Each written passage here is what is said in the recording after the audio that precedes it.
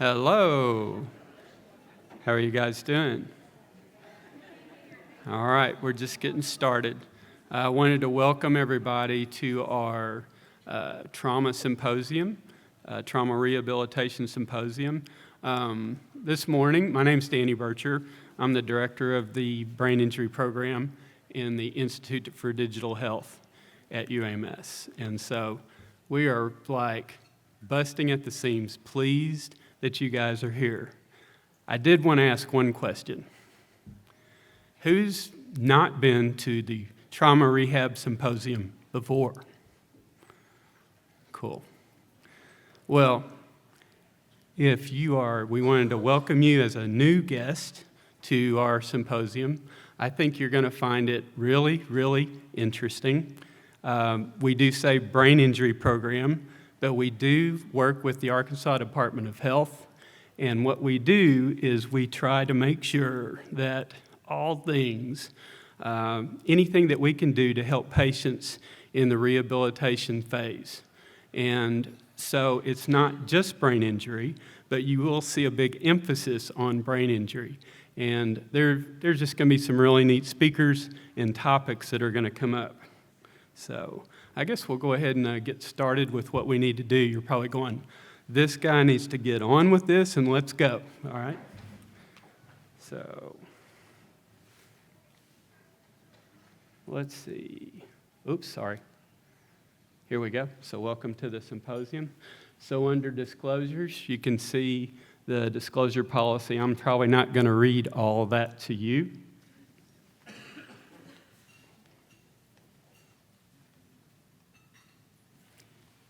So let me work away from here. We do have one of our speakers. Uh-oh, I better just turn that off. Getting feedback. So one of our speakers does have a disclosure conflict, just to let you know that's there. And then there's an accreditation statement.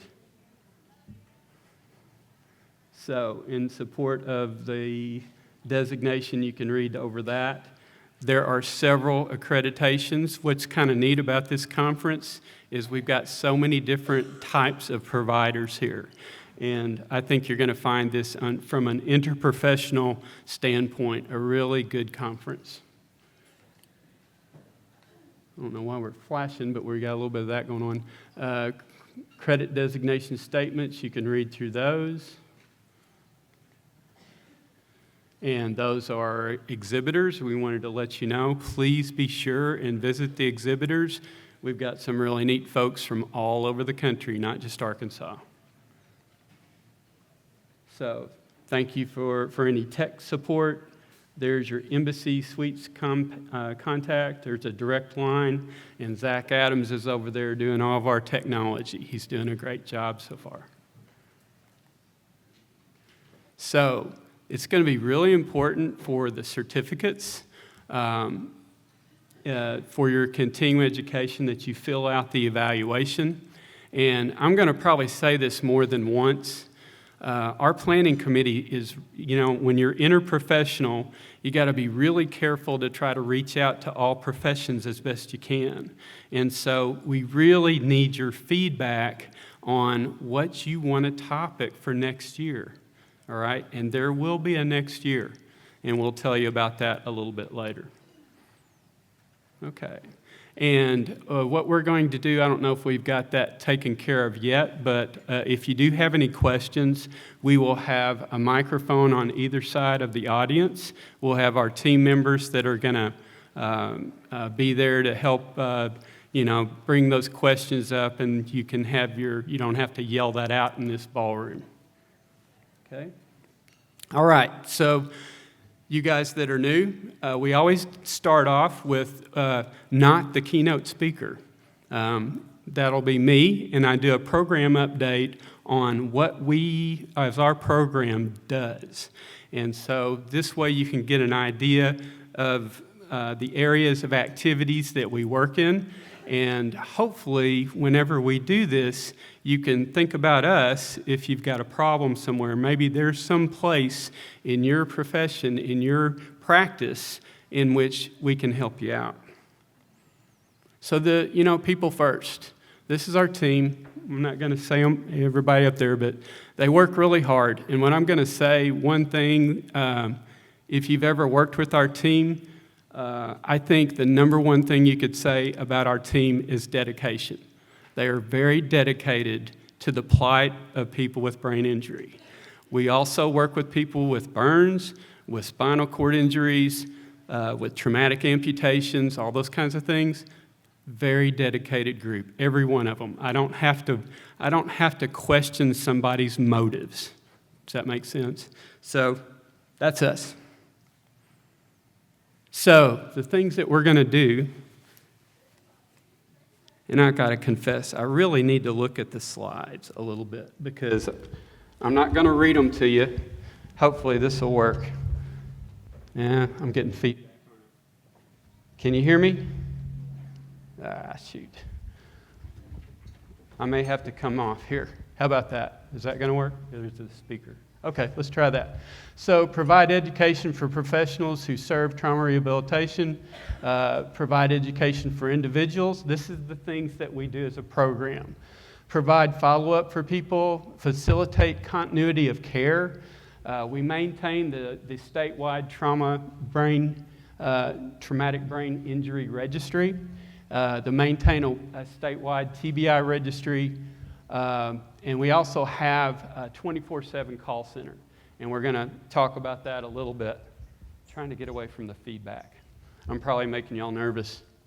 All right, so vision statement: to enable every Arkansan who has sustained a disabling traumatic injury. We just kind of talked about that. Increase awareness, and to evaluate existing programs that we have in place. Educate healthcare professionals, which we're doing today, and identify vital sources for trauma survivors. So this is probably, people will say, well, what's the TBI registry? And in a nutshell, this is us for the last 8 years or so. And this should tell you a lot of things. This tells you total numbers. You can look at FY24, 546, where the total number, the number that survived was 377, and our survival rate was 69%. Then you can kind of look at where our survival rate is, and we kind of track that. You can see we kind of were a high water mark there, kind of went down there. So we have a trauma rehab committee that evaluates this. They look at it. What can we do to make the trauma system better, to make it function better? I know this is really, really busy, but the couple of things that we look at, we look, of course, at how many are going to not survive. To me, this is the gold standard. If we can get the percentage into inpatient rehabilitation, that is where we want to go. Physical therapy, occupational therapy, speech therapy, that's where we want them, right? And so for whatever reason, we're getting people that are going, look at this, the home independent care has gone up, residential has gone up. Those are things that are kind of not going in the right direction, so in my view. Now, we could get in long discussions about this, but those are what the numbers show that we get from the TBI registry. The other thing that we have is our call center. You can look at this, and again, we think it's grossly underused. We really want you guys to use the call center if you have any questions, whether you have a patient that wants to call in, or a professional. If you've got something that you want to ask us about, we're definitely available for that. We've got nurses that man the call center, and that they have a protocol that they go by, and we have a backup with PM&R with the residents and with the PM&R physicians that will help with very, very serious questions. We do have one of our goals for the call center is to avoid visits to the ER, right? That's what we want to avoid, and the call center has consistently been able to do that. One of the things that we're really proud of is the follow-ups that we do for our patients. Our goal is every TBI, every moderate to severe TBI is going to be getting a follow-up call. As you probably know, as people get discharged, they get kind of hard to catch and follow and identify. And so that's why we don't have the total number. You're going to have a certain survive. But we did 205 attempted calls, 107. And look at that, patient visits, 418. That's exhausting. That's a lot of visits. We're just a team of 8 people. So I think that's really kind of says a lot. And we give out a lot of resource guides. We're on to you nurses. You nurses have been stealing our resource guides because you like them, and that's great. But they're really intended for the patients and the families. But if you know a patient that needs a resource guide, let us know. It's a great resource. One addition that we've added, we've worked with our good partners at Arkansas Children's, and we're adding addendum for kids. And I think that's going to be a nice addition.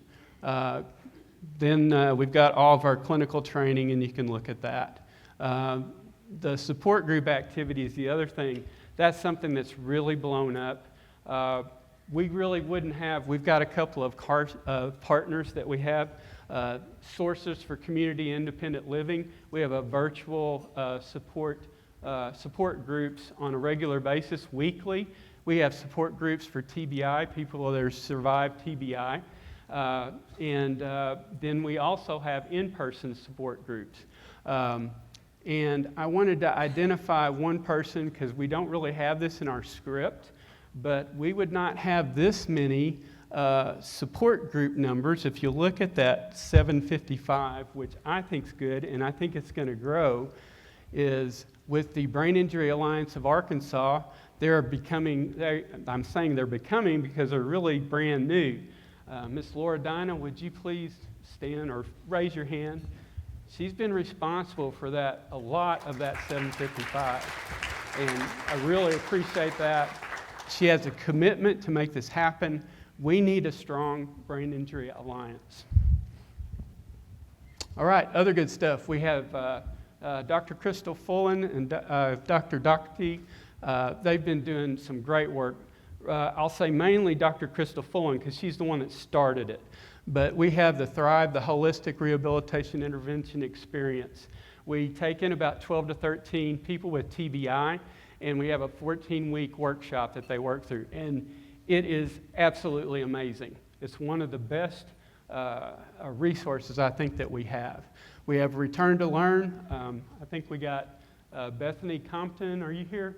Bethany Compton with Ether Seals, a great partner. And she has worked with us with the Return to Learn and the education. She's got it going on with Arch Ford, and I think there's some other cooperatives that she's working with. And we're going to have a little lecture about that later today about concussion, and I think you'll find that really interesting.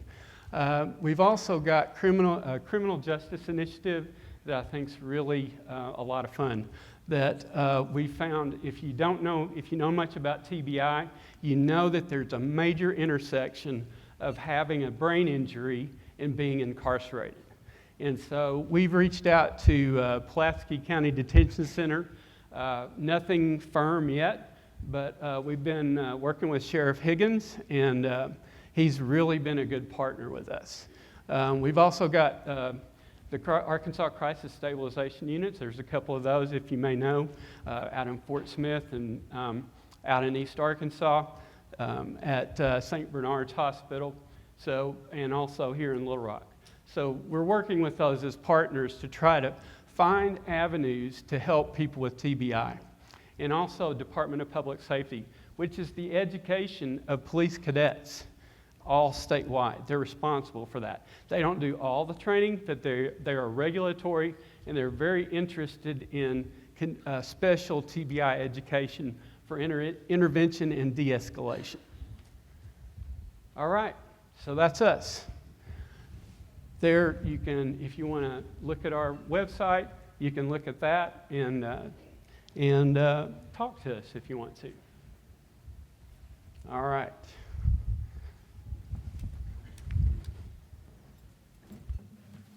So enough about me and us, right? Let's get started with our keynote speaker. We've flown this young lady in from Maine, and I think y'all are going to really like this. I'm going to read this to you because I don't want to, it's, don't go off the top of your head, don't screw it up, read it. And that's what I'm going to do. In 1999, Carol Starr was 32 years old and building a career as a professional educator. She spent much of her free time playing the violin in an orchestra, singing in a chorus. That life ended on July 6, 1999, when Carol was broadsided on the driver's side by a vehicle going 50 miles per hour, resulting in a brain injury. She struggled to cope with many symptoms of brain injury to adapt to a life forever changed. Carol was unable to return to work or music and still lives with daily brain injury symptoms. Over many years, and one small step at a time, she has reinvented herself. Carol is now a national keynote speaker, a support group leader, and the author of the award-winning book, To Roots and to Rise, Accepting Brain Injury. And by the way, you don't have to have a brain injury or work with people with brain injury. It could be anything that you see as resistance in your life. Carol is also active in the national brain injury community as a member of the Traumatic Brain Injury Technical Assistance and Resource Center, TBI Advisory and Leadership Group, and as a co-leader of the Brain Injury Association of America's Brain Injury Advisory Council. Carol's 25-year brain injury journey has taught her much about coping with loss, coming to acceptance, and finding joy again. Today, she's going to share strategies to cope with adversity. So, Ms. Carol Starr, will you please take the stage?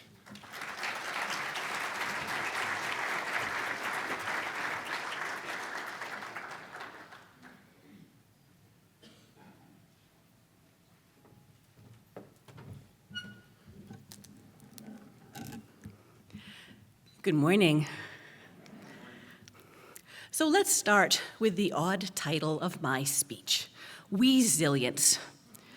It's kind of a wackadoodle word, isn't it? Some of you might have seen that word and wondered, is this a trauma word that I've never heard of? Is this some new medical term that I need to look up? Nope. Resilience, it is my own made-up word. And it's a play on the word resilience. And that's our topic today. And I promise, you're only going to have to wait just a few more minutes, and then you too will know the secret of why this speech is called Resilience, Handling Life's Wild Moments. So what is resilience? And why is it an important topic for all of us here today, not only professionally, but also personally? I'm kind of a word geek, so I looked up the word resilience. I wanted to know, where does this word come from? And I learned that it comes from a Latin verb that means to leap back. And I think that's important to know because that relates to the traditional definition of resilience. Traditionally, we think of somebody who's resilient as somebody who adapts well to adversity, somebody who bounces back after a tragedy. Well, no offense to the ancient Romans, but I have a bit of a problem with that definition. And here's what I don't like about it. I don't like those words, bounce back, because they imply that resilience means going back to normal, going back to the way life was before a tragedy happened. And so much of the time, that just isn't possible. Adversity, whether it comes from brain injury, as happened to me, whether it comes from some other form of trauma or life circumstance, it changes people. I know that in my own experience, I look at brain injury kind of like a meat cleaver that just sharply sliced right through my life, and it sharply divided it into a before and an after, an old Carol and a new Carol. As much as I wanted to, as hard as I tried, I couldn't bounce back to the old Carol because I am forever changed by brain injury. But I am still a resilient person. Your clients are resilient people. All of you are resilient people. So I'm going to tweak our definition of resilience just a little bit. Resilience doesn't have to mean bouncing back after adversity.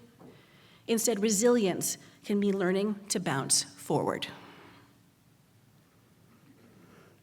So as trauma professionals, why should you care about helping clients increase their resilience? Isn't resilience more of a topic for social workers, for psychologists, for counselors? Well, here's my take on that. That I think that when you're working with folks who've had their lives shattered, whether that's from brain injury or some other form of trauma, that we have no idea how to cope with these unexpected, unasked for new lives that we're leading. We are lost. Therefore, to us, it doesn't matter what your title is. We don't care. We're going to look to you for guidance. We're going to look to you for strategies for how can we rebuild our lives. Helping patients relearn resilience, in my opinion, is the undercurrent of everything that you all do. I know that in my own journey, every single professional that I saw helped me in learning how to bounce forward. Resilience is also important for all of us on a personal level, because I can pretty much guarantee that every single one of us here has been and will be challenged by wild moments in our lives. Those life events that shake us to our core, that threaten to tear us apart, that change us forever. Things like the death of a loved one, the end of a relationship, a job loss, a medical crisis, a global pandemic. Unfortunately, adversity, it is just part of the human experience. Bad stuff is gonna happen to us. But the good news is that resilience is also part of the human experience. It is possible to find our way through life's challenges and even grow stronger because of them. Resilience is a skill that can be learned, it can be improved. So that's what we're going to focus on today. Resilience strategies that you can use to help your patients, as well as yourself, bounce forward and grow stronger after adversity, whatever that adversity might be. I have 3 main lessons about increasing resilience that I'm going to share in this speech. And I'm going to illustrate those lessons through telling you a story. Now, this story, it might seem like an odd choice at first, so bear with me. I promise this is all going to come together. So this happened actually all the way back in 2007. It was early March, 4 o'clock in the morning, and I woke up because I heard this scratching noise. And I was half asleep, and I thought, oh, there must be some kind of an animal outside my bedroom window. But as I continued to wake up, I had the horrifying realization that that sound, that wasn't coming from outside, that was coming from inside. There was something running around underneath my bed. In a panic, I turned on the light, and as the light filled the room, I saw a something dash out of my bedroom. I jumped out of bed, I closed the door, jumped back into bed, pulled the covers up around my neck, and I sat there shaking. What in the world had gotten into my house? And what in the world was I going to do about it? It was 4 o'clock in the morning, much too early to call anybody for help. I could hear the thing also in the next room and realized that I couldn't call anybody because it was in the room where the phone was. So I sat there for a while and eventually said, okay, Carol, you got to figure out what this thing is. So I gathered my courage, and turning on every light as I went, I tiptoed into the next room, which was my office. And there, running along the back wall, was this little creature. It was pure white, had a black tip on its tail, looked like this. I have a little prop with me.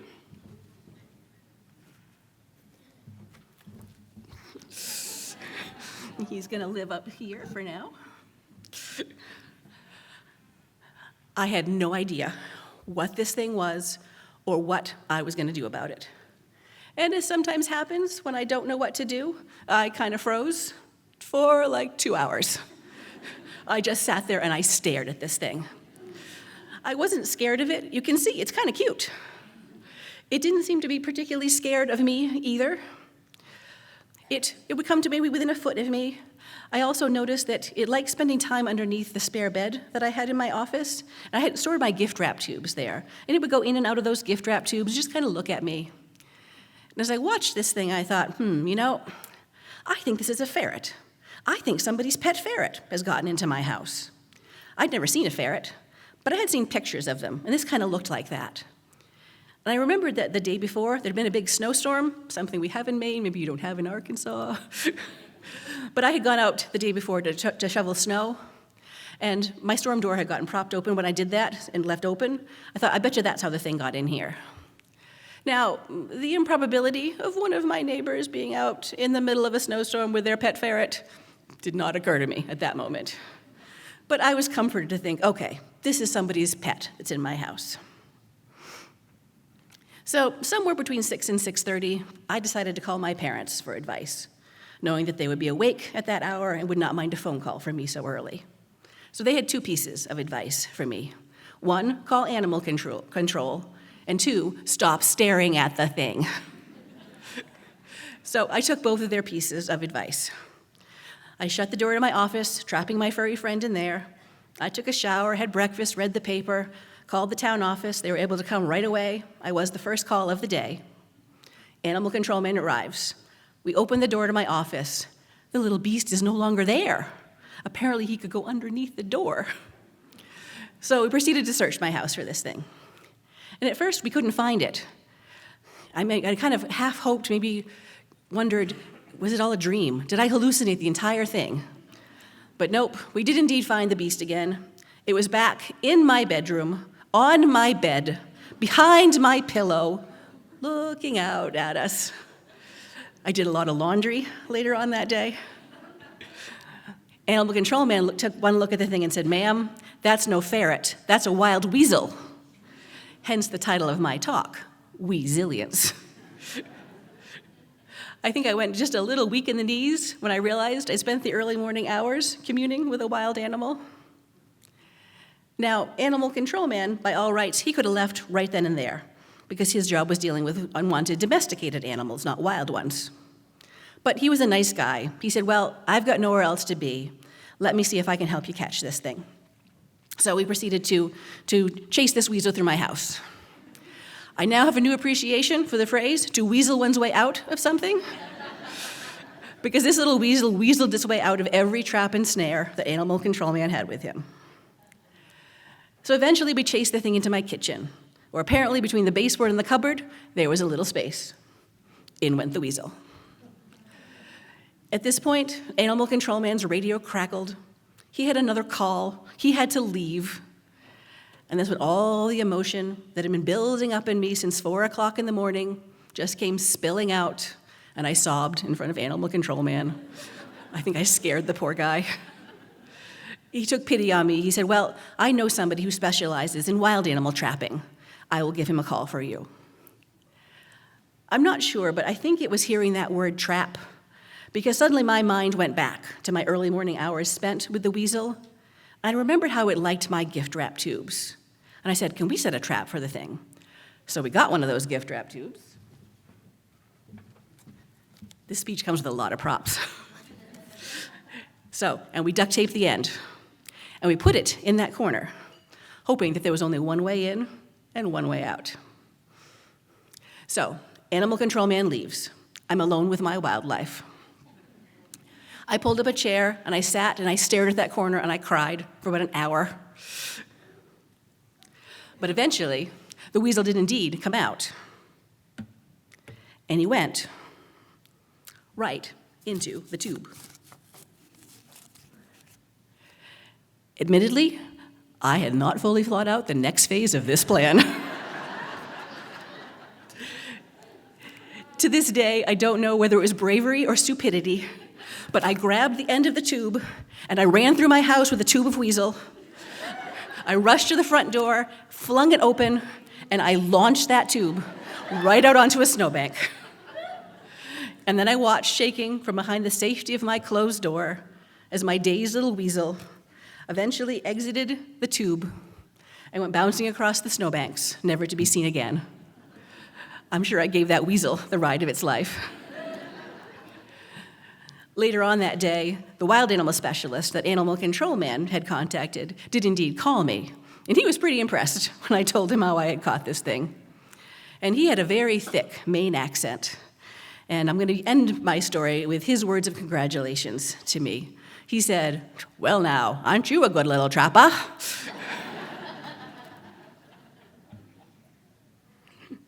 So that's my story. So I'm glad that that story made you laugh.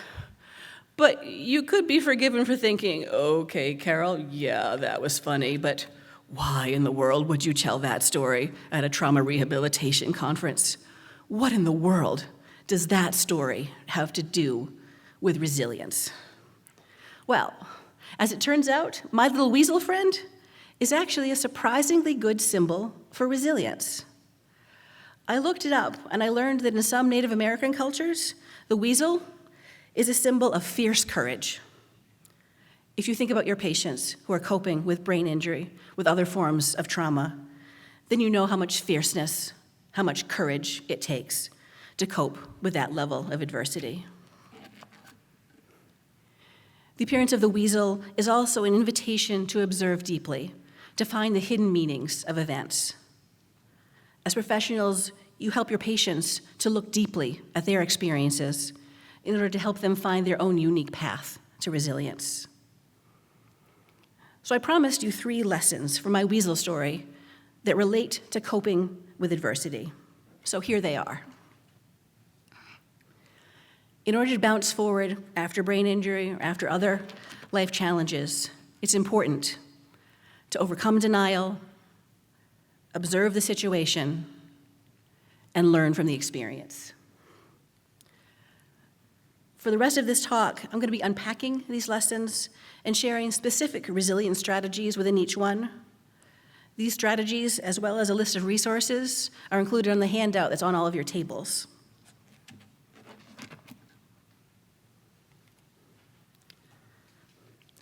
So my first resilience lesson is about overcoming denial.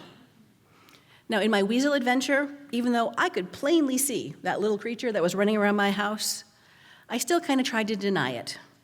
I didn't want to get out of bed to face it. I decided it was a pet ferret instead of a wild animal. I hoped it was a hallucination when animal control man and I couldn't find it at first. Denial is a really common experience after adversity. When something bad happens to us, like a weasel, a death, a divorce, a job loss, a scary diagnosis, a pandemic, denial is often an early response because in reality, it is just too hard to process. It is too much to bear. It's that feeling of, this can't possibly be real. This is not happening. When faced with adversity, have any of you had thoughts like that? Have your patients shared thoughts like that with you? Denial can be protective for a while. It gives us the space that we need, gives us breathing room required in order to move towards acceptance. For example, in my weasel adventure, I think that I needed that time in bed with the covers pulled up around my neck to process what was happening. What was I going to do next? But eventually, denial, it will get in the way of moving forward. I couldn't stay in bed forever. I had to gather my courage and go face that unknown creature. When we're dealing with a challenge, be it brain injury, some other form of trauma, there comes a time to accept what is, to move forward with a new reality. Letting go of denial, that's the beginning of resilience. It took me a long 5 years to stop denying my brain injury and its symptoms, to let go of returning to my old life. It was 8 years till I reached full acceptance of my new self, my new path. When I think back to denial and what it was like for me, here's the image that comes to mind. A big old rock. Denial was like a gigantic wall of rock, a boulder that hinders progress. Here are some of the ways that denial showed up for me after my brain injury. Perhaps you've heard similar reports from your patients, no matter what kind of trauma they're dealing with. There was this frantic voice inside me yelling, no, no, no, this is not real. Every night before I would go to sleep, I would think, maybe tomorrow I'm just going to wake up normal and this nightmare of symptoms will just be over. I didn't want to admit just how confused I really was, so I tried to minimize and hide my symptoms from my family and friends and medical professionals. I flat out refused to use strategies to get things done. I was going to do things the way I had always done them. And I thought that the only way forward was I had to push and push and push to get back to my old life as a teacher and a classical musician, even though every time I tried to do that, I failed. In the early years after my brain injury, a lot of what my therapists were trying to teach me about how to live with brain injury ran smack into that rock of denial. As a result, a lot of my early therapies I didn't really get very much out of. Overcoming denial, it is a process, one that can be particularly difficult given the nature of brain injury. I know it definitely was for me. I like to think about things in terms of metaphors. So here's a metaphor for overcoming denial. It is the process of seeds. Seeds that take root and grow. Seeds that eventually can grow strong enough to break through stone, can break through that boulder of denial. When I look back at my experience, I've identified some of those seeds that over time grew strong enough to break through my rock of denial. And I think these seeds, they apply not only to brain injury, but to other forms of trauma as well. And they are to learn about the challenge, connect with peers, and reflect on failure. With any challenge, we have to understand what it is that we're facing. Knowledge is a seed that can grow to break through denial. My knowledge journey began about 8 months or so after my brain injury. That's when I bought my first book about brain injury. And due to my symptoms, I struggled a lot with reading it. But I saw my symptoms on the pages of that book. And that recognition was at times comforting and at times terrifying. There were so many times when I wanted to run away from what I was reading in that book. But yet I kept coming back to it to learn more because I was learning about myself, I was learning about my injury at a slow pace, a pace that I could handle. And I think that that's an important point, that overcoming denial, it has to happen at the patient's pace. That trying to rush the process will only overwhelm us, because after all, seeds grow in their own time. So whatever the challenge is, helping your patients learn about it, that's a step towards increasing resilience. There is a special magic that happens when survivors talk to one another because we get it. We have a shared experience. Peers can plant seeds that can grow towards overcoming denial. It was a fellow brain injury survivor who planted the first seed that helped me to overcome my denial about needing to use strategies. She modeled a level of acceptance that I wanted to achieve. And one thing she talked about was needing to use strategies. That reinforced what my therapists had been trying to tell me, what my family had been trying to tell me, my friends had been trying to tell me about strategies, that truth that I had struggled to accept. Sometimes I think it's easier to hear those hard truths from people who share our journey than it is from family, friends, or professionals. There is tremendous power in creating opportunities for your patients to connect with others who share their journey. So don't just tell us about a support group. Help us make a plan to get there. Help us to meet our peers. Because resilience can grow from that connection, whether it's one-on-one, in a group, in person, virtual. Because when we share our stories, when we share our heartbreaks, celebrate our triumphs, then we can know that we are not alone in our challenge.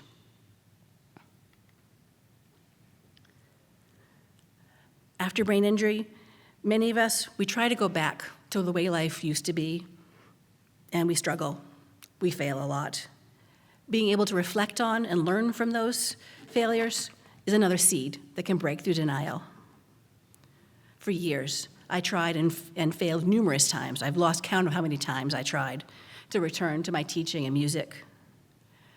Then one day I was meeting with my counselor and I was sharing a laundry list of return to old life failures. And she asked me what felt like this bombshell of a question. She said, "Is it possible for you to accept that you're not going to make a full recovery?" And that question just hit me like a ton of bricks. And I instantly started sobbing. And In that moment, the fact that my old life really was over, it just seared through me in a way that it never had. And suddenly, I understood what my failures meant. That I had thought I was failing because I just wasn't trying hard enough. I needed to put the nose to the grindstone more. But that wasn't true at all. That I was failing because what I was attempting, it was simply too much for me. It was too much for my brain. A huge chunk of my rock of denial got blasted away that day. And that was when I finally stopped trying to go back to my previous life and the old Carol, and I changed to accepting and learning to appreciate my current life and the new Carol. One thing that I think is interesting now is my counselor heard me give a version of, actually a different keynote, but I talked about that experience. She said, Carol, I have been giving you that question for months in various forms. That sometimes it takes a lot of repetition also before things sink in. As trauma professionals, you often witness our struggles and failures, and that means you can also help us learn from them. You can help us put them into context, because every failure has something to teach us once we're willing to examine it. And when we can learn from our failures, then resilience is taken root. So before we move on to the next section, I'd like to take a brief pause. I have 3 of these during this speech.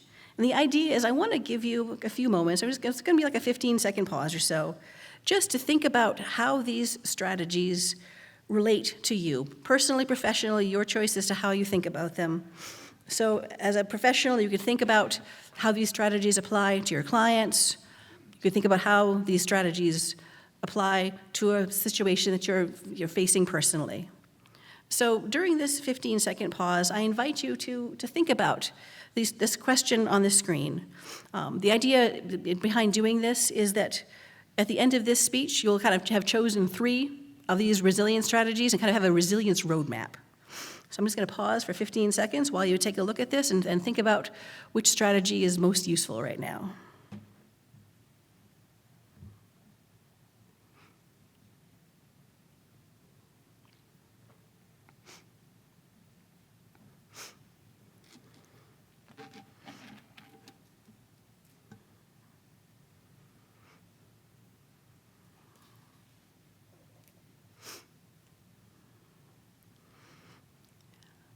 Okay. So, overcoming denial. That was about clearing the boulder. Now what? When we can't go back because adversity has changed us forever and the path forward seems blank, unknown, what do? We build a brand new structure. We build a brand new life. But how do we do that? Where do we start? One place to start is with observation. That's my second resilience lesson. Observe the situation. Now, in my weasel story, I caught my furry little friend because I observed that it liked my gift wrap tubes. There is no way I ever would have come up with that idea for a successful trap if I hadn't spent all that time during the early morning hours simply sitting there observing the weasel's behavior. Learning to observe ourselves is a critical skill for building resilience, for building our new lives after adversity. The importance of self-observation has been recognized for millennia. It was the great ancient Greek philosopher Socrates, among others, who said, "Know thyself." There were many professionals who taught me to observe my symptoms and helped me to know myself as a brain injury survivor. I think that one of my most profound and life-changing self-observations came all the way back in 2001. It was about 2 years after my injury. And the story of this observation is also a story of building resilience. So as I share my journey, I encourage you to think about how my resilience experience might relate to your patients or to yourself. And what I observed all the way back in 2001 was there was this new desire within me to use my hands to make things. I wanted to create something that I had never done before, something I had no interest in pre-injury. That this was new Carol talking, not old Carol. There was this little voice inside me that was whispering, "Make something."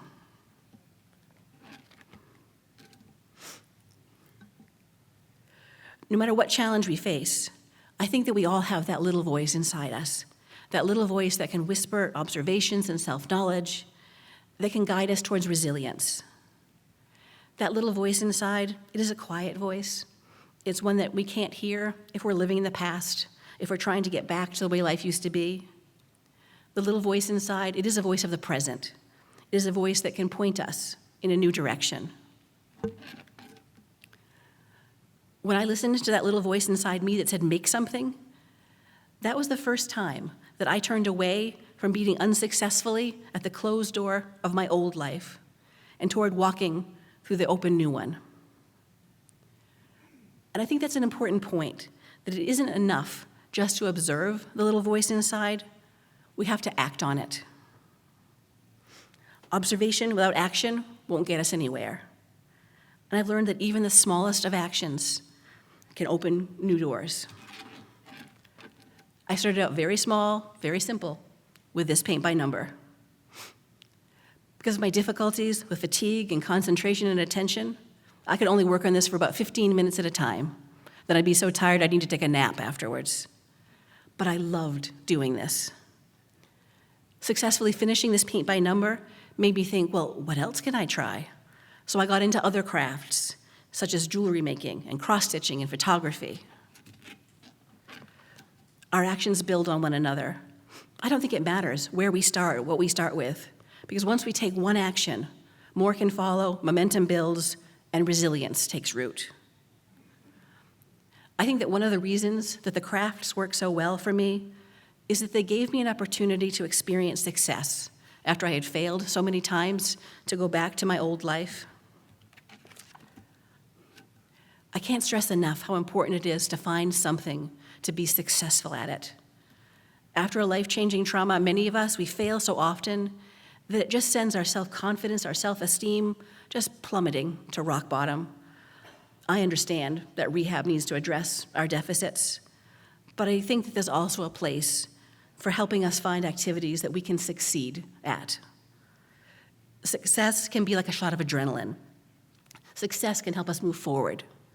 I know that for me, the more success that I observed myself having with the crafts, the more motivated I was to continue building my new life, the more motivated I was to work on my therapies. This observation applies to dealing with so many of life's challenges. Start small, find success, and build on it. It was through crafts that I also observed my sense of self returning. For a long time after my injury, I felt like my only identity was that of a professional patient. All I had to talk about with others was my brain injury, everything that I had lost. Crafts, they gave me something else to talk about, another identity. Now, I was a person who made things. By making gifts, I could give to others instead of always being on the receiving end of help. I participated in an art show at the rehab hospital where I received treatment, and people bought my jewelry, which was so rewarding. As part of my volunteering at that hospital, I taught other brain injury survivors how to make jewelry, and that led me back to teaching, which has always been one of my core identities, and that's another way to give. And I began to observe that I am more than just a professional patient, that I can be useful in the world. It's just different now. That getting outside oneself and giving to others builds resilience. In 2003, I participated in a workshop on creativity at the Maine Brain Injury Conference.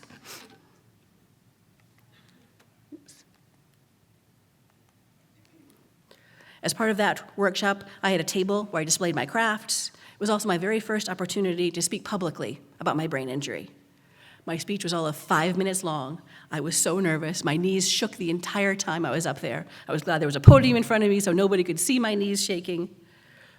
But sharing my story in front of others, being vulnerable, it was a risk. But I've learned that resilience doesn't build unless we're willing to take a risk, unless we're willing to feel the fear and we choose to move forward anyway. That resilience grows when we break new ground, when we push our boundaries, one small step at a time. Speaking at that conference, it increased my self-esteem, my self-confidence.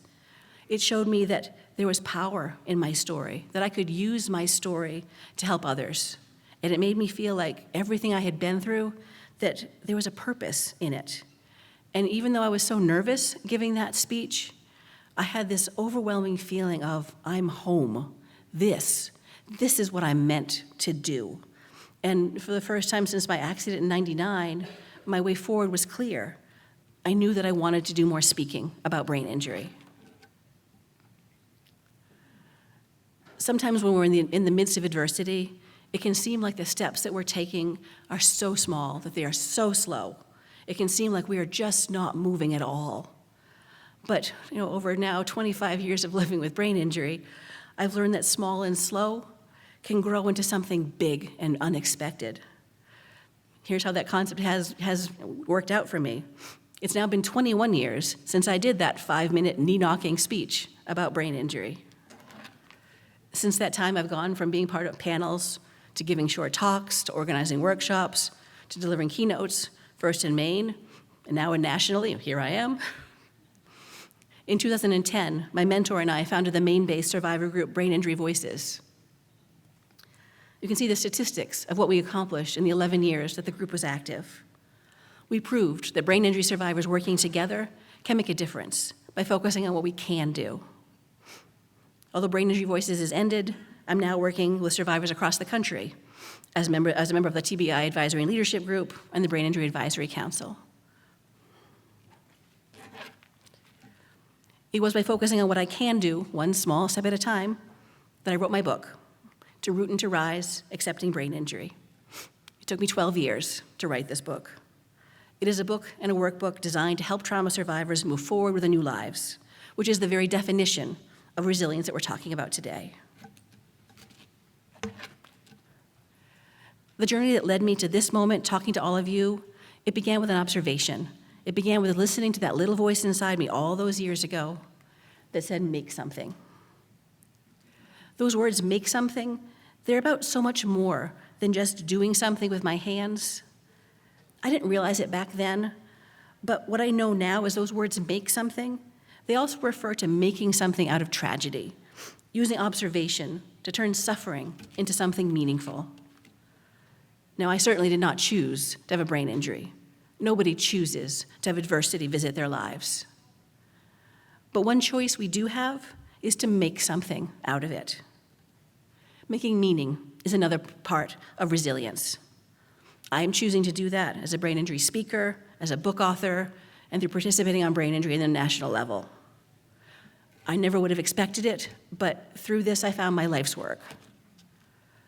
But there are so many different ways for people to make something out of adversity. It's whatever brings people a sense of purpose. That could be time with family and friends, volunteering, creative pursuits like art, crafts, music, or writing, helping someone, caring for animals, tending a garden, devoting time to a spiritual practice.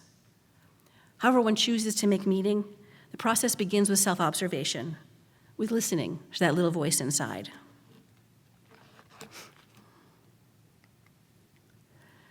It's now time again to pause for 15 seconds or so to think about how the resilience strategies that I just covered apply to you either professionally or personally.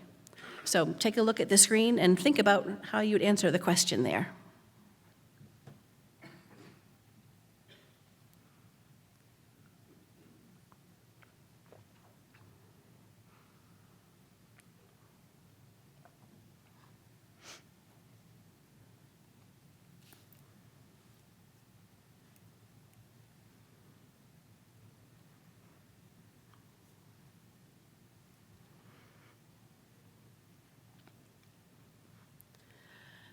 So within this speech, I've been building a resilience structure, kind of moving from the ground upward. Overcoming denial, that was the demolition phase. Observe the situation, that was the construction phase. My third phase, learn from the whole experience, is about looking at the big picture. It's about gaining perspective.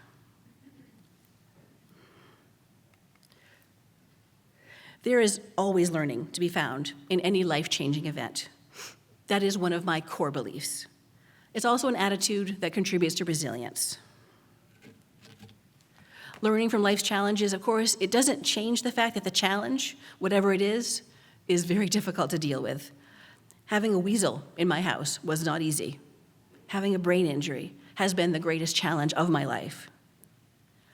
But when we can figure out what adversity has to teach us and use that learning to keep moving forward, that increases our resilience. When something bad happens to us, it's really common to ask, why did this awful thing have to happen to me? How many of your patients have said something like that to you? How many of you have ever said that to yourselves? I know I did. The problem is that that question doesn't have an answer. That question tends to lead to sadness, to anger, frustration, and disappointment, not to insight. Here are some questions that can lead to resilience. What can I learn from this situation? What does this challenge have to teach me? So, can a weasel be a teacher? You probably know my answer is going to be yes. The biggest lesson I actually learned from that weasel, it has to do with resilience. And what I learned is that it doesn't matter if how I handle situations is not always pretty. It doesn't matter if it takes me a long time to figure things out, if I cry while I do it, if I get confused, if I have to spend hours or days on the couch recovering afterwards. What matters is that I know without a shadow of a doubt that I will continue to persevere and that I will slowly find my way. Brain injury has been the greatest teacher of my life.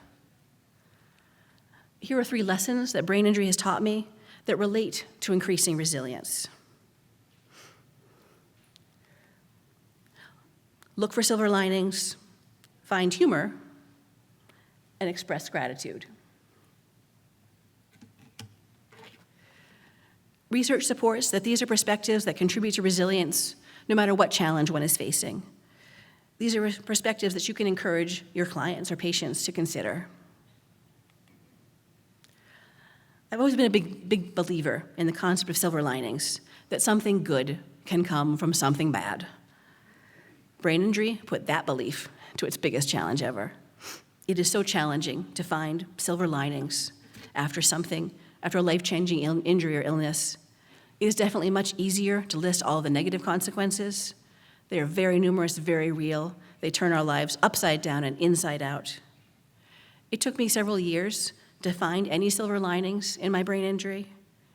At first, all I had to hold on to was the fact that I believed that they were there, even if I couldn't see them yet. And I will be honest, there were times when my belief in the possibility of silver linings was one of the things that kept me from ending my life during the early years when things were so awful. I had to believe that something good could come from everything that I was going through. I think of silver linings as being on one half of a balance scale, with adversity being the enormous load on the other side. We need something to counterbalance some of that downward weight of hardship. Here are a few of my silver linings. Because of brain injury, I understand what it is to struggle, and I think I'm a better person for it. I have more empathy, compassion, perception, and wisdom. Because of brain injury, I've become less of a perfectionist. I was always kind of a type A person. Now I'm more like a type A minus. Because of brain injury, I have a better sense of purpose in my life. Brain injury gave me a passion for a cause that life didn't have for me before. Now, some of those silver linings might make it sound like, well, geez, brain injury was the best thing that ever happened to her. No, it wasn't. It was the worst. Silver linings, they don't erase all of the challenges of living with adversity, but they do make them a little bit easier to live with. They even out that balance scale just a little bit. Being able to see the positive within the negative is a hallmark of resilience. So I encourage you to help your patients discover their silver linings. Brain injury is not funny. Adversity is not funny. We can't change the bad stuff that happens to us. But over time, we can learn to view pieces of it in a different light, from a different perspective. It was Mark Twain who said, humor is tragedy plus time. Humor is an age-old resilience strategy for coping with adversity. When life is falling apart and out of our control, sometimes all we can do is laugh. Humor is like WD-40. It's the grease that makes everything move more smoothly. Now, just like silver linings, humor, it does not change the challenges of a life-changing injury, but it can make them more bearable. It took me time, but eventually I learned to view my brain injury symptoms more lightheartedly. A lot of my brain injury humor centers around my most challenging symptom, which is extreme and sometimes unpredictable mental fatigue. I have rested every day, oftentimes multiple times a day, for 25 years now. As a matter of fact, I will be resting after I give this speech today. So due to that mental fatigue, sometimes that has meant that I've had to nap in public places. When my brain is taking me down, I have to obey it. It doesn't matter where I am. So here are some of the odder places that I have rested. I have rested in a classroom at a craft store. I have rested in the coffin display room at a funeral home. I did not rest in a coffin. There was a couch there. In the bedding department at a furniture store, in a hotel bar. I had not been drinking, but there was a sign that did say bar and lounge. A golf course pro shop, a fishing boat, and the Washington, D.C. conference room of my U.S. Senator. So, given all that, I tell people, I sleep around. My motto is one that any Star Trek fans will appreciate: to boldly nap where no one has napped before. Humor is a healthy choice that we can make for ourselves. When we can laugh, we are resilient. So I encourage you to look for ways to laugh, to help your patients choose to be amused.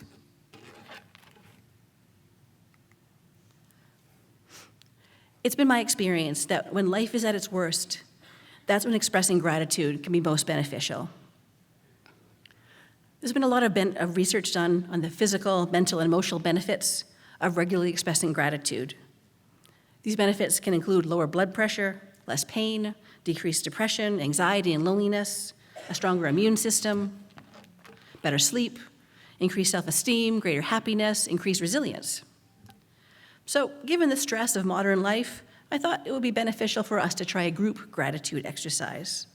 So I'm going to ask you to think about the following statements. Today I'm grateful for this person in my life, this simple pleasure I enjoy, this thing that makes me smile or laugh, this information I learned today. As you think about your answers, how do you feel? Just take a moment and check in and pay attention to what's happening physically, mentally, emotionally. I know that when I focus on what I'm grateful for, I feel muscles relaxing. I feel a smile growing. I feel a lightness taking over my spirit. Gratitude is one of the simplest yet most powerful resilience tools there is. Looking for and expressing gratitude, it is a choice. It is a choice that we make for ourselves. It's about choosing to find something to be grateful for, even within the midst of the darkest of feelings. It's about letting sadness, anger, or fear have their place, but making the conscious decision to turn away from those emotions, at least for a short time, to focus on being thankful. It's about finding a way to live with the harsh realities of adversity. So I invite all of you to look for regular opportunities to express gratitude and to encourage your patients, especially those who are struggling, to do the same. So before I begin to wind down this speech, it's time for our last pause. So again, I encourage you to reflect on the resilience strategies that I just covered and how they might apply to you professionally or personally. And again, I'm going to give you about 15 seconds.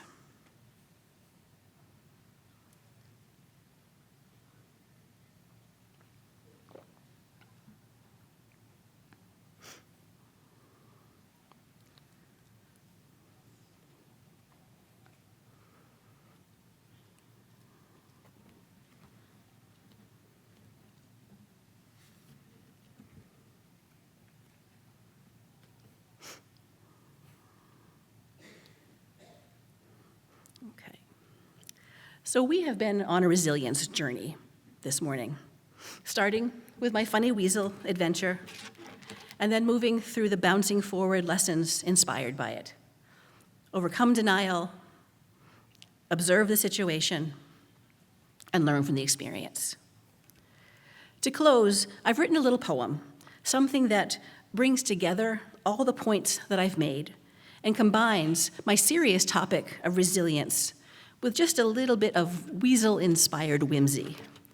I made this poem into bookmarks for everybody, which are available at my book table out in the lobby. So if you would like one, you can feel free to come out there and grab one. So here is my closing poem. When life throws you weasels, what do? First instinct is to hide because you don't have a clue. Emerge from denial. Look it square in the face. When you choose to turn forward is when you really start the race. Strategies are possible if you observe with care. Help can be found when you look everywhere. So learn from this moment, and you'll manage with brilliance.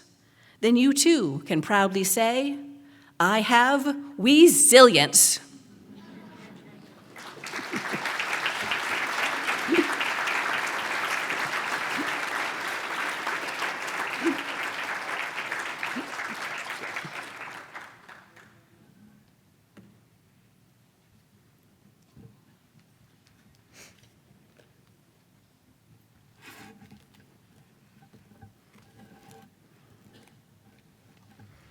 Does anybody have any questions?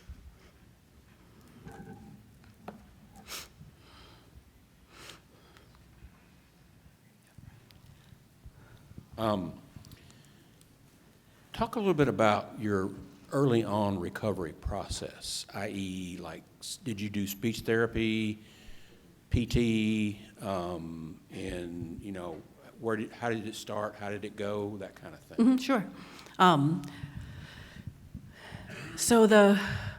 I did PT first because I had a lot of physical injury from the car accident. So I did not find my way to brain injury rehab until it was nearly a year post-injury. That was the worst year of my life.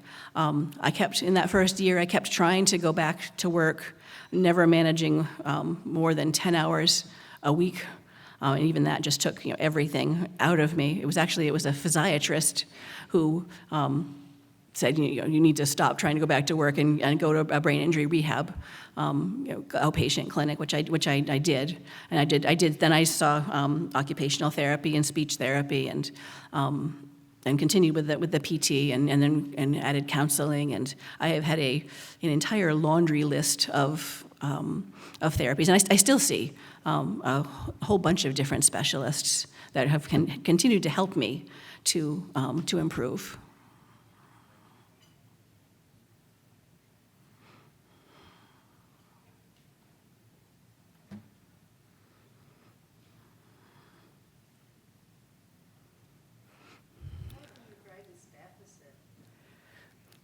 The question was, what was my greatest deficit? I think the symptom was probably the fatigue. It still is. And it has been the fatigue and the getting confused at things and not being able to figure things out. Even initially? Yes. Oh, yes. Mm-hmm. Like I struggled with anything that required like planning and organizing.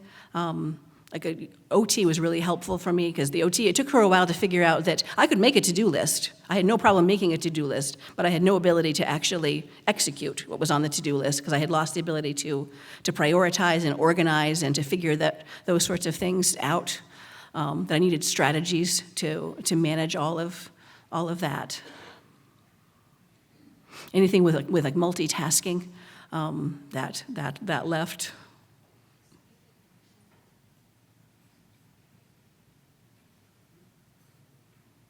I see.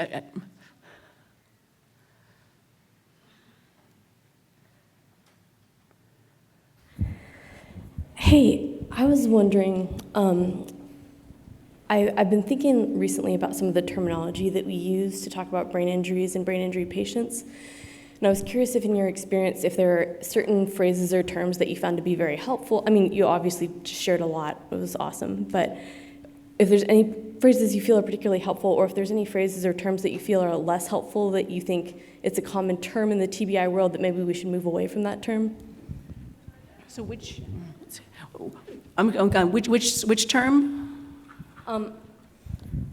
I'm wondering if there are particular phrases you've encountered over the years that you really don't like or do like in the TBI world. Like, yeah. I mean, there are things that have been said, that get said to all of us, like the "you look great." That one most of us hear, that we don't generally like very much. Because and you often will hear that you try to explain the difficulties that you're having, but you look fine. You don't look like you have a brain injury, or that, and it feels like it negates our experience. Those sorts of things. Some people will say survivor versus person with lived experience. I personally am good with the term survivor.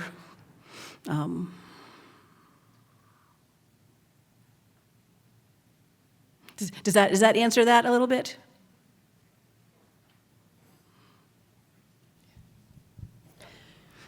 Hi, thank you so much for sharing your experience today.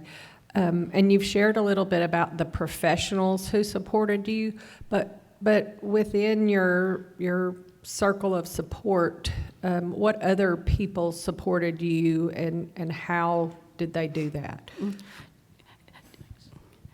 Definitely, family and friends were on a journey with me, and it was hard for them too, because I looked just the same, and they didn't understand why I was struggling so much, and I hid a lot from them, especially at first.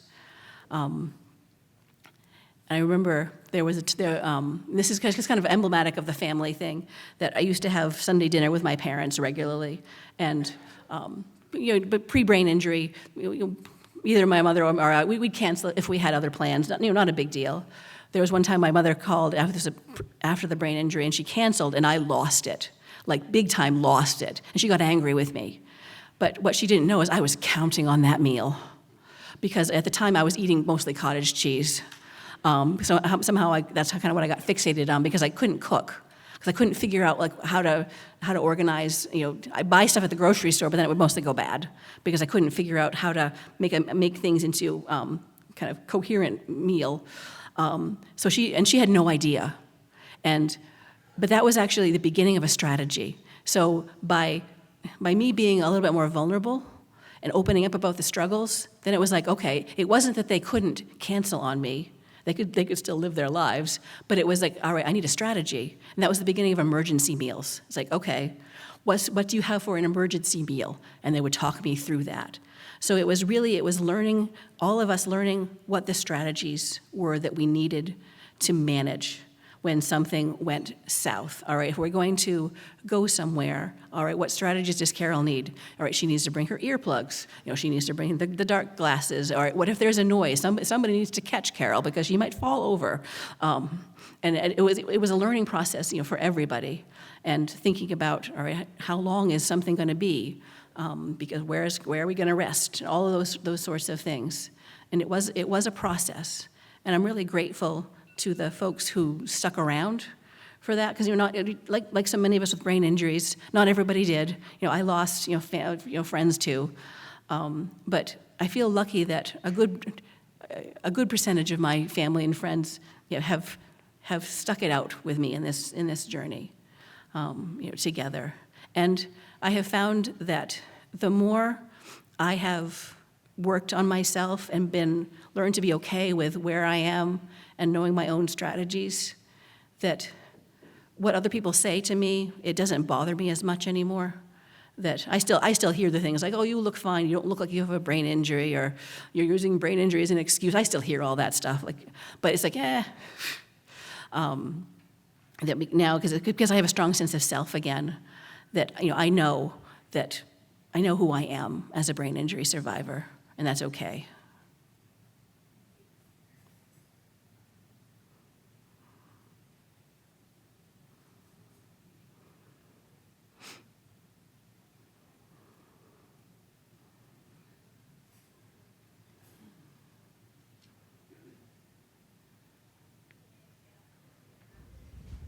Well, I think that's it for Ms. Starr, so thank you.